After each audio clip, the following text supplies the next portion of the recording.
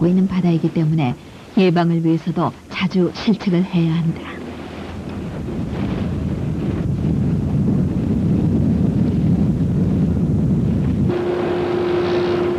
수질을 측정하는 이 기계는 해수의 영양 상태, 염류 농도, 탁도 등을 자동 계측할 수 있는 센서를 달고 물속으로 들어가게 된다.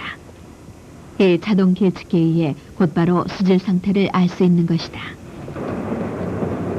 환경 1호팀은 마산항 앞바다의 표층과 저층을 구분해서 실측을 하고 있다. 선실에서는 문현생 씨가 컴퓨터를 통해 표층 물속에 들어간 계측기가 읽어주는 값을 살피고 있다. 폐하는 조류 때문에 좀 보통 7.5에서 한 8.4 정도가 나오는데 아마 그 표준 내에 들어가 있고 DO가 조금 8.5. DO도 조류 영향 받는 거죠. 클로로필의 일가 많으면 낮에는 그 탄소 동화 작용 때문에 여기서 또 9.54인데 여기는 근데 그 이제 해양으로 나가면 좀 DO가 낮아질 수가 있어요. 연안에 조류 발생이 많이 측정 결과 마산항 앞바다의 표층 상태는 조류 농도인 클로로필A가 다른 바다에 비해 30배 이상이나 많이 나타나고 있다. 배투가율을 나타내는 탁도도 현저히 낮다. 클로로필 수정은 그 조류들이 많이 번식하고 있다는 거죠, 여기에. 그러니까 영양 상태가 상당히 좋으면 조류들이 많이 번식을 하고 있는 겁니다. 그렇기 때문에 그 조류들 중에는 이제 그 적조 조류가 많이 번식을 했을 경우에 이제 물 색깔이 아까 보신 좀 붉은색을 좀 나타내는 경우가 있고, 그러니까 그 홍조류 쪽이죠. 그런 조류가 많이 지금 번식이 되어 있는 상태인 것 같습니다. 마산항은 부영향이 많아 오염이 심각하다는 것을 알 수 있다. 이번에는 저층 상태는 어떤지 실측해봤다. 탁도가 아까 10 아까 저기 보통 한 6점 얼마나 하면 그 다음에 수온이 한 8.4 정도 나오고 8.4요. 그 다음에 이제 그 클로로필 실측 결과 저층은 표층에 비해 클로로필 A와 탁도가 양호하다는 것을 알 수 있다. 108이 넘었거든요. 사실 우리나라는 한 30여 년 동안 공업화를 위해서 굉장히 노력하는 가운데 공장들을 많이 세우게 됐어요. 그것이 주로 연안역을 중심으로 많이 발달을 했고, 그러다 보니까는 상주 인구도 늘어나게 되죠. 즉 도시화에 대한 인구 증가도 따라오게 되다 보니까 거기서 발생되는 공장 폐수, 도시 하수 등이 그대로 연안역에 노출이 된 거죠. 그래서 부영양화 현상이 일어나면서 여러 가지 그 오염 문제가 유발된 거죠. 이런 연안들 중에 특히 마산항은 그 대표적으로 그런 영향을 받았는데, 마산항은 그 반폐쇄적 내만입니다. 그래서 해류의 유통이 다른 내만보다 특히 미약하기 때문에 우리가 고인물은 썩는다고 그러지 않습니까? 그와 같은 현상을 더 받게 된 거죠. 수출 자유항으로 한때 세계적인 명성을 얻었던 마산항은 이제 남해의 다른 어느 연안보다 오염 정도가 심각하다는 불명예를 얻은 것이다. 환경 1호 연구팀은 거제 앞바다의 청정 해역으로 나갔다. 마산항과 수질을 비교해보기 위해서다.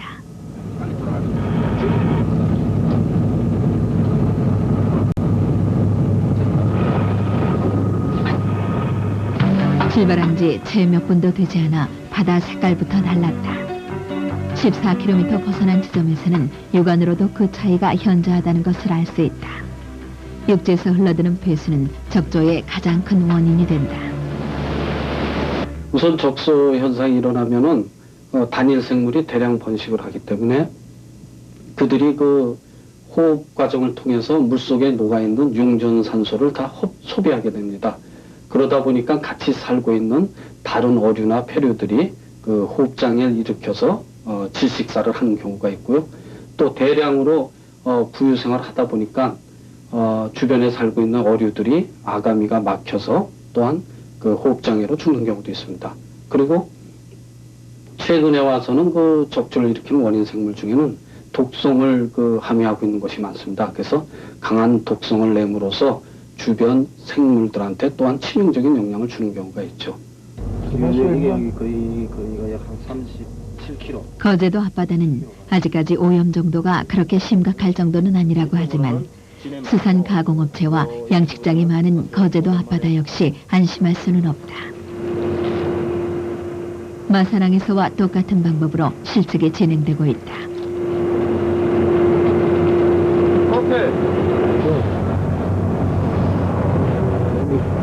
클로피로 잡죠. 컴퓨터 화상에는 계측기가 들어가는 깊이에 따라 수치를 달리하고 있다. 실측 결과 그리 우려할 만한 결과는 아니었다. 표층만 비교해 보더라도 클로로필 A와 탁도에서 거제도 앞바다가 양호하다는 것을 나타내고 있다. 그러나 이 바다가 언제까지 이 상태를 유지해 줄 것인가? 클로로필 A의 농도의 차이는 곧바로 식물성 플랑크톤의 농도 차이와 같죠. 그런데 대부분의 식물성 플랑크톤들은 그 영양염이 잘 공급되는 육상에 인접한 지역에 많이 분포하게 됩니다. 그래서 그 외양보다는 연안 쪽이 높기 때문에 클로로필 A의 농도가 높아질 수밖에 없는 거고요. 탁도의 경우는 탁도라는 것은 물이 얼마나 맑고 흐리냐를 나타낸다고 볼 수 있어요. 연안에는 그 식물성 플랑크톤이 다량 살고 있기 때문에 그들이 그 햇빛을 차단하는 역할을 해서 녹기도 하고, 또 한 가지 중요한 것은 연안으로 갈수록 수심이 외양보단 얕고 또 부유하는 물질들이 많기 때문에 약한 바람이나 또는 조류에 의해서도 상당히 탁도를 높이는 효과, 즉 뿌옇게 흐려지는 그 현상이 심한 거죠.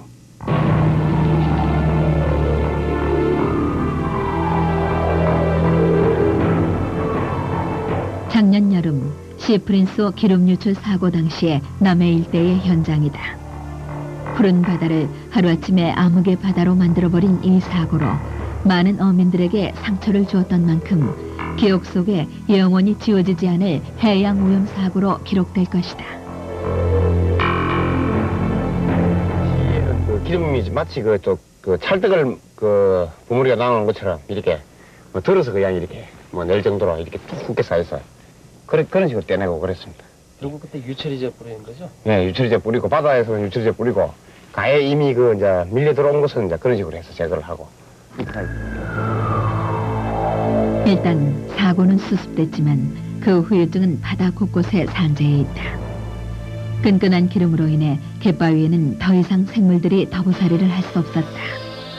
이 생물들은 남해 어디에선가 처소를 마련하지 못해 스스로 생명을 포기하고 있을지도 모른다.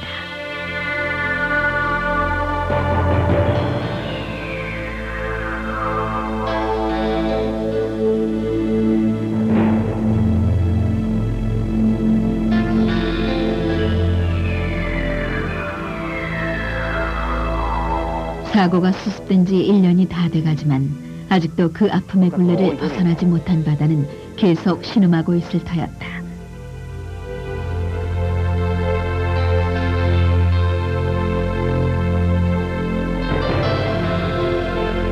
갯바위에 남아있던 생물마저 자신의 껍질을 허옇게 드러내며 죽어갔다. 인간의 입맛에 맞게 풍부한 영양을 제공해주던 바다가 이젠 그 악몽을 되풀이하기 싫다며 그 영양들을 스스로 거둬간 것이다. 아이고, 요 뭐. 다 죽고. 다 죽이지. 알이 하나도 없잖아. 다 썩어버리고. 다 썩어버리고. 그런 얘기. 껍데기만 남아. 네. 전부 다. 끄먹끄먹하게 이게 기름을 다 먹어가지고. 네. 기름 먹고 다 썩어. 알이 뭐 텅텅, 안에는 좀 다비. 기고. 겉으로 보이는 평화의 출렁임 대신 바다의 속마음은 고통을 담고 있다. 이 바다가 언제나 안도의 숨을 내쉬어야 할지 긴장의 눈을 뜨고 있다. 물이 바라서 허연히 우유빛이니. 응? 오늘 좀 나은 편. 이게 바로 요 밑에 이제 이 천을 흘러서 바로 이게 인근에 바로 바다입니다. 남해 바다가 해양 오염 사고와 인근 공장 폐수에 의해서만 오염되는 것은 아니었다. 생활 폐수 역시 바다를 오염시키는 데는 공장 폐수와 별반 다르지 않았다. 시프린소 사고 시 본계하던 어촌 사람들마저 자신들이 썩어버리는 이 생활 폐수가 바다를 오염시킨다는 것을 모르고 있는 탓일까. 경고문이 무색하게 생활 폐수가 그대로 바다로 흘러들고 있다.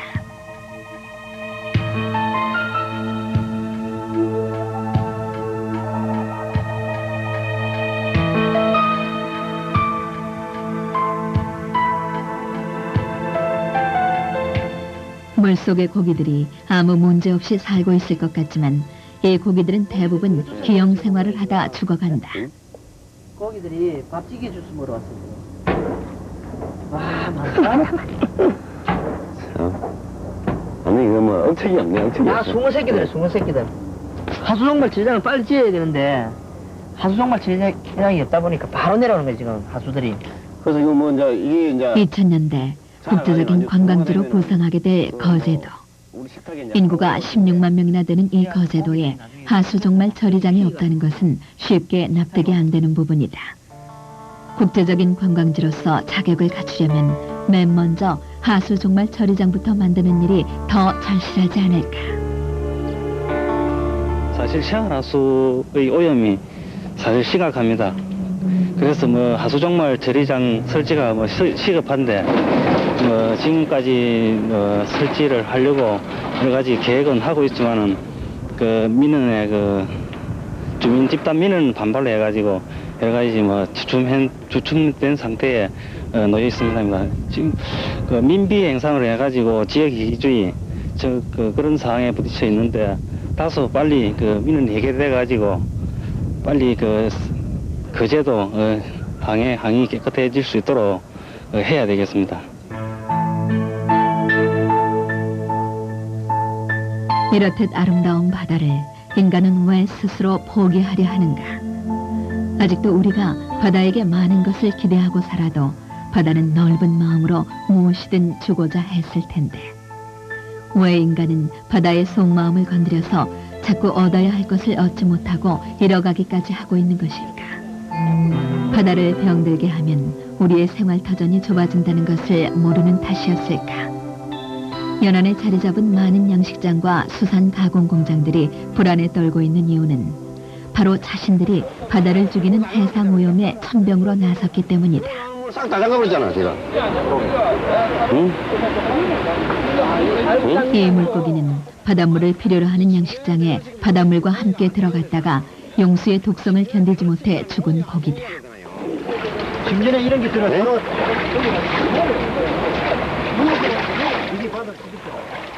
이 정화조가 업주의 말대로라면 아무 문제될 게 없고 오히려 행정당국의 법규를 잘 지켜 관리하고 있는 정화조라고 한다. 전문하고 그냥 섞어가지고 말이지.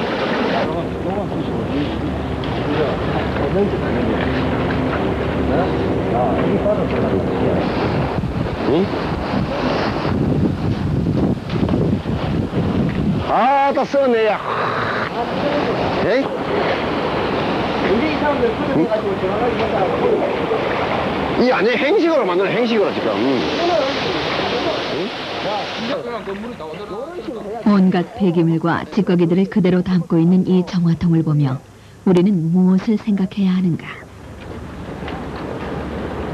그대로 흘러들어가고. 다음은 지금 장보고 있잖아. 나가보고 싶어. 여기에서 우리는 결국 우리 인간에 의해 자행된 이 오염의 결과가 우리의 몸속으로 다시 되돌아온다는 것을 한 번쯤 생각해 볼 필요가 있다.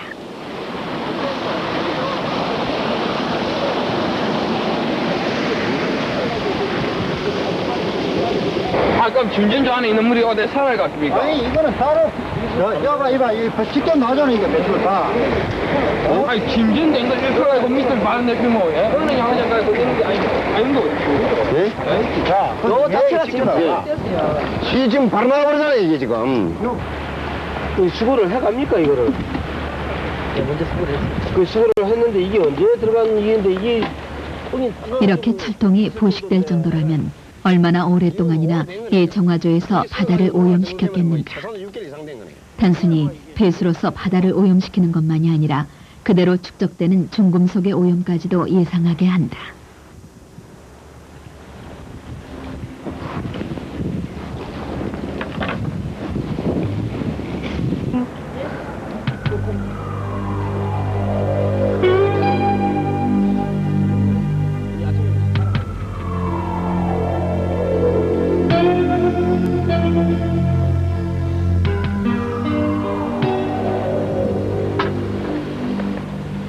썩은 물 속에서는 메탄가스마저 뿜어내고 있다. 이 독가스에 이게 살 수 있나, 이게? 어? 자, 죽어가는 게. 이 시설을 별도 받아야 됩니다. 시설 허가로. 받아가지고, 거기서 그런 물, 거기서 수질 보전 법에 해가지고, 내 배출에는 허용 기준표가 있습니다. 그것을 받아야 보내게 되어 있습니다. 근데 이런 것은 아주 재래식 방법.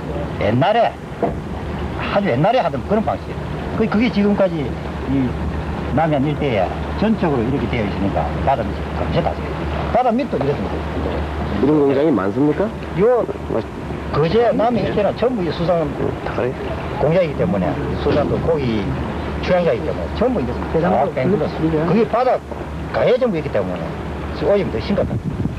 육지 같으면 땅에서 침전된다 하지만 이거는 직접 직사로 바로 바다 들어올려들거든요. 이것은 침전하고 그런 단계가 없는 거죠. 그러니까 이런 시설을 안 만들고 이렇게 큰 공장에 요거 한 개가 있다 보는 게 요즘 아닙니다. 연안 바다 길게 이어진 양식장. 이 양식장은 과연 바다의 밝고 건강한 미래를 책임지고자 하는 것일까? 바다가 인간에게 베푼 만큼 감사할 줄 아는 마음을 지니고 있는 것일까?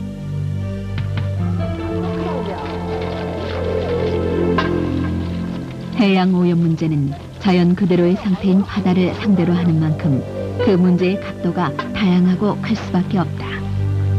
그러나 바다가 크다고 해서 나 하나쯤의 오염행위야 하는 식의 생각은 크게 잘못되지 않았을까. 바다는 그 큰 덩치와는 어울리지 않게 오염에 대한 즉각적인 반응을 인간에게 되돌려주기 때문이다. 그렇기에 오염 문제에서만큼은 바다는 아주 작은 바다일 수밖에 없다. 해안 곳곳에서 발견되는 크고 작은 오염 상태는 바로 우리 인간이 남긴 흔적들이다. 바다를 병들게 하는 요인이 바로 개개인의 생활 속에 있음을 인식할 때 비로소 바다는 그 큰 가슴을 여는 것이다. 이게 돌이 정말 많았습니다. 몽돌이 그리 많았는데 관광객들이 한해 여름에 왔다 가면은 몇백 톤씩 없어집니다. 이게 좋다라고 어떤 사람들은 가방에 한 가방씩 차 트렁크에다 이렇게 넣어가는 사람도 있고, 어떤 사람들은 이렇게 몇 개씩 이렇게 차에다 이렇게 가져가는데, 이렇게 몇 개씩 좋다라고 들고 가버리는 돌들이 결국 자연 어떤 배송 관계로 아주 볼거리가 없어지고 몽돌이 점차 해가 갈수록 지금 적어지고 있거든요. 이렇게 간다고 나중에 몽돌을 뭐가 남기겠습니까? 작년에 저희들이 환경운동연합에서 단속을 했었습니다. 몽돌을 가져가는 사람들을 이렇게 차 트렁크를 다 열어서 이렇게 가져가는 몽돌을 해수를 하고 했는데 너무 많이 가져가더라고요. 그래서 올해도 올 여름에 가져가는 몽돌을 다 이렇게 단속을 하고 해수를 할 생각입니다. 지금 몽돌을 가져가는 사람들은 약 한 300만 원 정도의 벌금이 부과되고 있습니다. 예. 이제 바다는 인간 스스로가 깨닫고 자성하기를 바라고 있다. 더 이상 인간과 바다가 힘겨루기식으로 싸워서 이득될 것이 없다고 조용한 가르침을 우리에게 전해주고 있는 것이다. 수려한 자연경관과 함께 늘 동경의 대상이 되었던 남해 청정해역. 그 이름만큼 아름다운 자태를 지키기 위해 남해 바다는 유유히 흐르고 있을 뿐이다.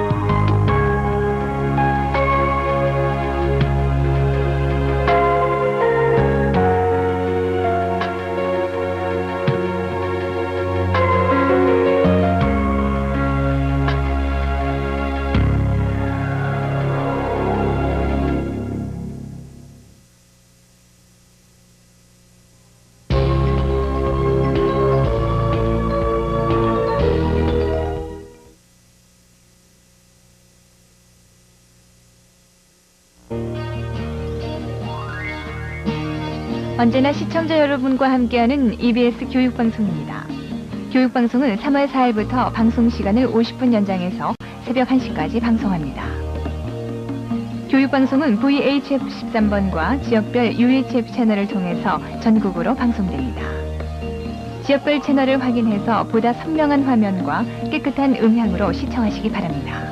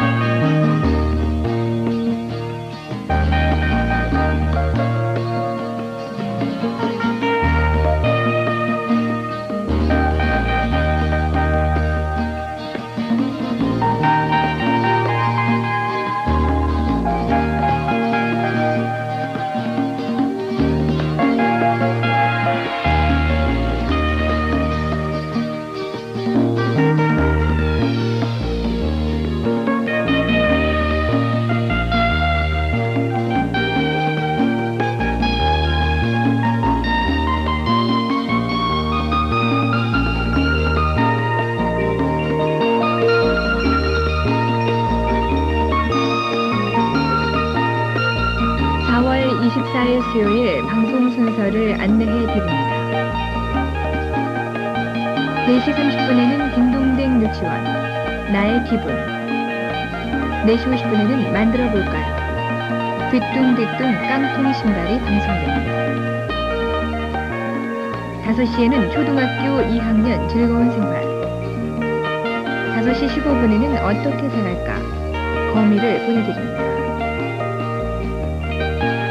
5시 25분 초등학교 4학년 국어. 5시 40분에는 학교방 미술여행, 생활을 아름답게 디자인편이 방송됩니다. 6시에는 초등학교 6학년 사회, 6시 20분에는 하늘천 따지가 방송됩니다.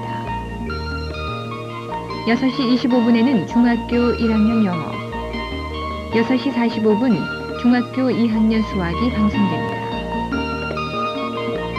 7시 5분에는 독일어 회화, 7시 30분 EBS 문화센터 에어로빅 세 번째 시간이 방송됩니다.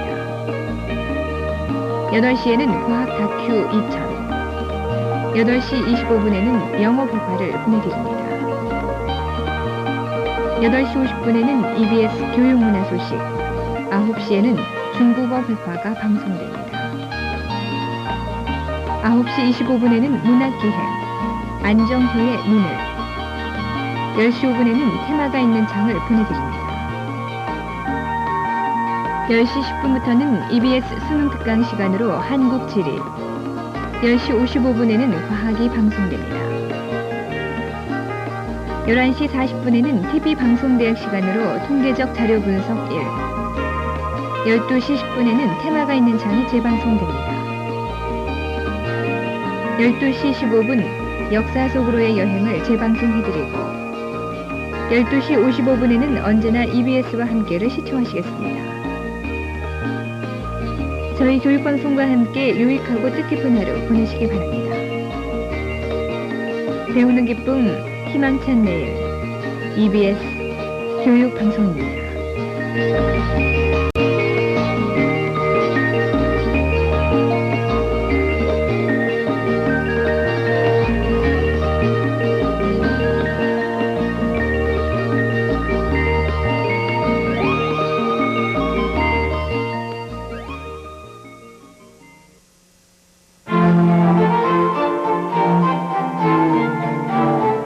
지금까지 저희 교육방송을 시청해주신 여러분께 진심으로 감사드립니다.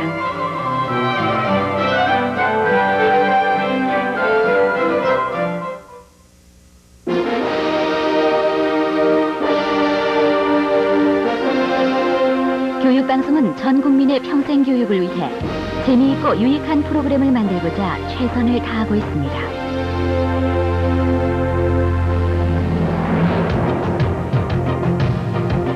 교육방송은 방송위원회의 심의 규정을 준수하고 있습니다.